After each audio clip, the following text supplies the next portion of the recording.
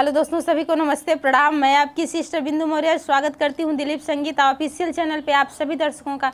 तो एक छोटा सा और बहुत ही प्यारा छठ माता का गीत हम लोग लेके आए हैं। उम्मीद करते हैं कि ये गीत आप सभी को पसंद आएगा। यदि गीत पसंद आया तो एक लाइक और एक कमेंट के साथ बताने का कष्ट करिएगा आप लोग। और आप सभी से रिक्वेस्ट है मेरा कि इस चैनल का आप लोग ज़्यादा से ज़्यादा सपोर्ट करिए।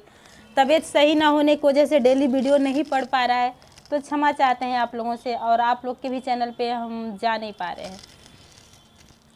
गंगा माई का ऊँची रे काररिया, मोरे बूते चढ़ालो ना जाए, मोरे बूते चढ़ालो ना जाए। गंगा माई का ऊँची रे काररिया, मोरे बूते चढ़ालो ना जाए, मोरे बूते चढ़ालो ना जाए। लेही ना ससुरुजी कुदारिया, घटिया देहूँ पाटनाय, घटिया देही पाटनाय। हम करबो छठी का परबिया, रउराया रगदिया, रउराया रगदिया।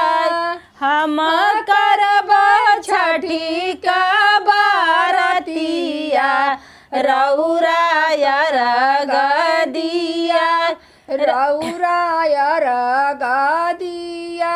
गंगा माई का ऊँची रे काररिया, मोरे बूते चढ़ालो ना जाए, मोरे बूते चढ़ालो ना जाए। लेही ना ससुरुजी कुदारिया, घटिया देहूँ पाटना।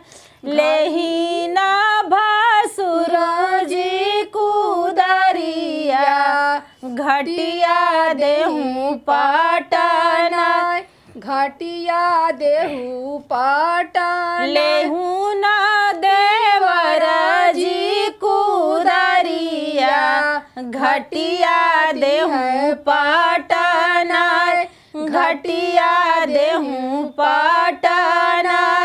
हम करबो छठी का बारतिया, रउराया रगदिया, रउराया रगदिया। हम करबो छठी का बारतिया, रउराया रगदिया, रउराया रगदिया।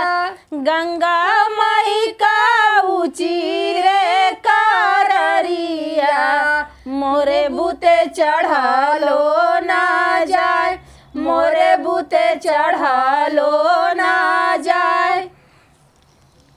तो इनको नटे मेरा काम नहीं।